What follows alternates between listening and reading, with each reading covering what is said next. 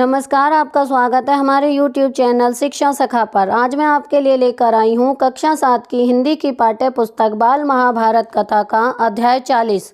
अध्याय का नाम है पांडवों का धृतराष्ट्र के प्रति व्यवहार।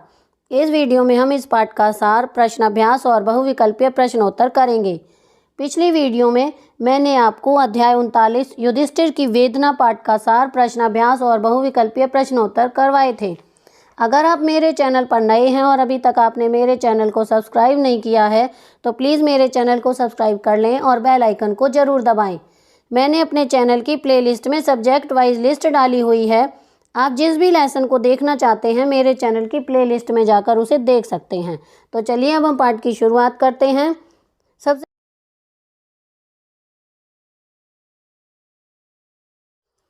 पांडवों ने कौरवों पर विजय प्राप्त कर सारे राज्य का कार्यभार संभाल लिया। युधिष्ठिर ने अपने भाइयों को आज्ञा दे रखी थी कि पुत्रों के वियोग से दुखी धृतराष्ट्र को किसी तरह का कष्ट नहीं पहुंचाया जाए। युधिष्ठिर के आदेश से सभी गांधारी और धृतराष्ट्र पर पूरा ध्यान रखते थे ताकि उन्हें अपने पुत्रों का अभाव महसूस न हो। धृतराष्ट्र भी पांडवों के साथ स्नेहपूर्ण व्यवहार करते थे। भीम कभी कभी ऐसी बात कह दिया करता था जिससे धृतराष्ट्र को चोट पहुंच जाती थी। भीम के मन में दुर्योधन और दुशासन के अत्याचार गहरे रूप में अंकित थे। कभी कभी गांधारी तक को तंज कस देते थे जिससे वे आहत हो जाती थी। युधिष्ठिर ने धृतराष्ट्र के लिए हर तरह के आराम की व्यवस्था कर रखी थी, फिर भी धृतराष्ट्र का मन सुख भोग में नहीं लगता था। इन बातों में गांधारी भी उनका अनुसरण किया करती थी। एक दिन धृतराष्ट्र ने वन में जाकर रहने की इच्छा प्रकट की तो युधिष्ठिर खिन्न हो गए। उसने कहा, यदि वे चाहें तो अपने पुत्र युयुत्सु को राजगद्दी पर बिठा दें या शासन सुख अपने हाथों में ले लें। पर धृतराष्ट्र वन जाने के लिए दृढ़ संकल्प थे। युधिष्ठिर की अनुमति पाकर गांधारी के कंधे पर हाथ रखकर लाठी टेकते हुए वन की ओर चले गए। कुंती और संजय भी उनके साथ हो गए। गांधारी ने कुंती का कंधा पकड़ा और गांधारी का धृतराष्ट्र ने पकड़ा। इस तरह तीनों वृद्ध राजकुटुंबी लाठी टेकते हुए रास्ता टटोलते वन की ओर चले। धर्मराज युधिष्ठिर माता कुंती को वन जाने से रोकना चाहते थे लेकिन वे नहीं मानी। युधिष्ठिर उन्हें अवाक होकर खड़े देखते रह गए। इस प्रकार धृतराष्ट्र, गांधारी और कुंती ने 3 वर्षों तक वन में तपस्वियों का सा जीवन व्यतीत किया।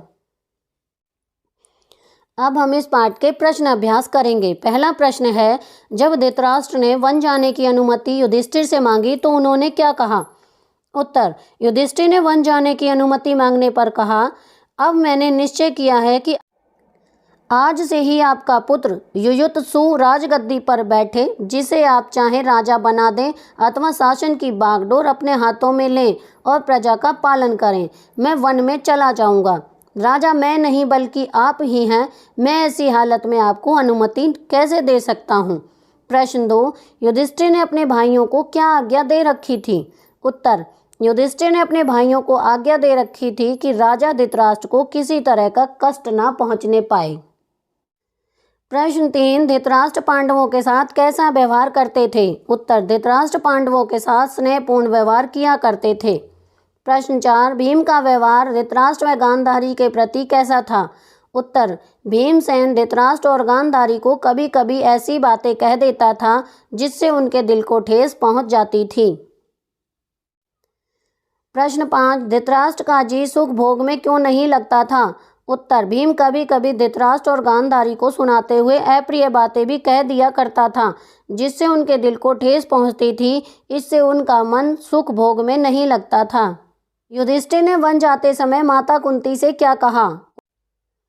वन जाते समय कुंती से युधिष्ठिर ने कहा, माँ, वन को क्यों जा रही हैं? आपका जाना तो ठीक नहीं है। आपने ही आशीर्वाद देकर युद्ध के लिए भेजा था, अब तुम भी हमें छोड़कर वन जाने लगी हो, यह सही नहीं है।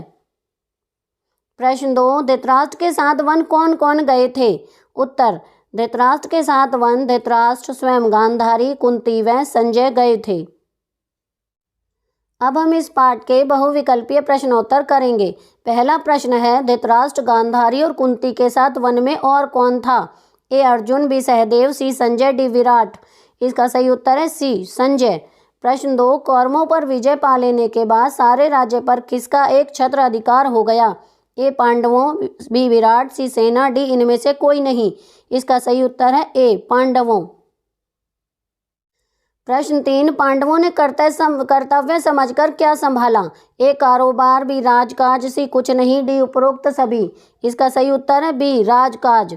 प्रश्न 4, किसको छोड़कर सब पांडव युधिष्ठिर के ही आदेशानुसार व्यवहार करते थे? ए भीमसेन, बी नकुल, सी सहदेव, डी अर्जुन। इसका सही उत्तर है ए भीमसेन। प्रश्न 5, कौन पांडवों से स्नेहपूर्ण व्यवहार किया करते थे? ए गुरु द्रोणाचार्य, बी भीष्म, सी धृतराष्ट्र, डी उपरोक्त सभी। इसका सही उत्तर है सी धृतराष्ट्र।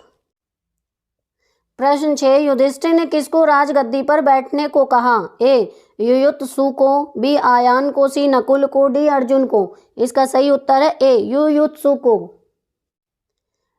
प्रश्न 7, भीम की इन तीखी बातों से किसके मन में बहुत चोट पहुंचती थी? ए भीष्म, बी अर्जुन, सी धृतराष्ट्र, डी कर्ण। इसका सही उत्तर है सी धृतराष्ट्र।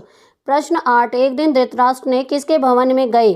ए भीम, बी धर्मराज, सी नकुल, डी सहदेव। इसका सही उत्तर है बी धर्मराज। प्रश्न 9, धृतराष्ट्र ने धर्मराज से कहाँ जाकर रहने की अनुमति मांगी? ए वन, बी महल, सी कुटिया, डी इनमें से कोई नहीं। इसका सही उत्तर है ए वन। प्रश्न 10, गांधारी किसके कंधे पर हाथ रखकर रास्ता टटोलती हुई गई? ए कुंती, बी द्रौपदी, सी भीम, डी युधिष्ठिर। इसका सही उत्तर है ए कुंती। प्रश्न 11, कौन सोच रहा था कि माता कुंती गांधारी को थोड़ी दूर तक विदा करके जा रही है? ए युधिष्ठिर, बी भीम, सी नकुल, डी सहदेव। इसका सही उत्तर है ए युधिष्ठिर।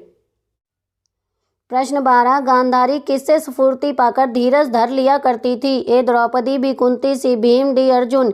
इसका सही उत्तर है बी कुंती। तो यहाँ पर हमारा अध्याय 40 का अभ्यास का कार्य पूरा हो गया है। अगली वीडियो में मैं आपको अध्याय 41 श्री कृष्ण और युधिष्ठिर पाठ का सार, प्रश्न अभ्यास और बहुविकल्पीय प्रश्नोत्तर करवाऊंगी। आपको मेरी ये वीडियो कैसी लगी मुझे कमेंट करके ज़रूर बताएं। मेरी वीडियो को लाइक करें, शेयर करें और चैनल को सब्सक्राइब करना ना भूलें। Thank you.